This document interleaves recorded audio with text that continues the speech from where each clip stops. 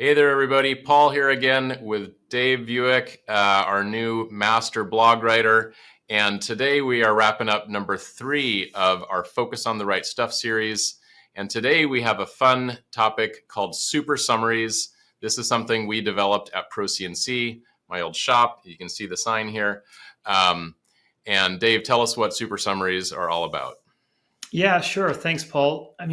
As you all know, combing through a mountain of information to extract the key details can be a lot of work.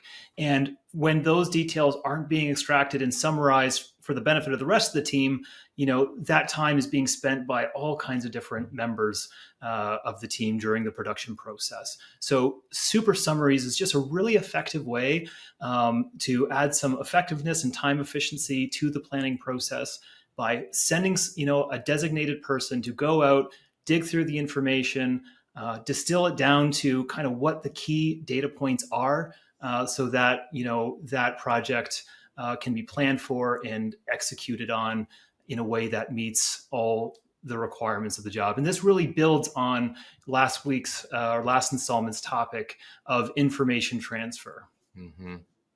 Yeah, for those that are in the business, I know they can relate to this.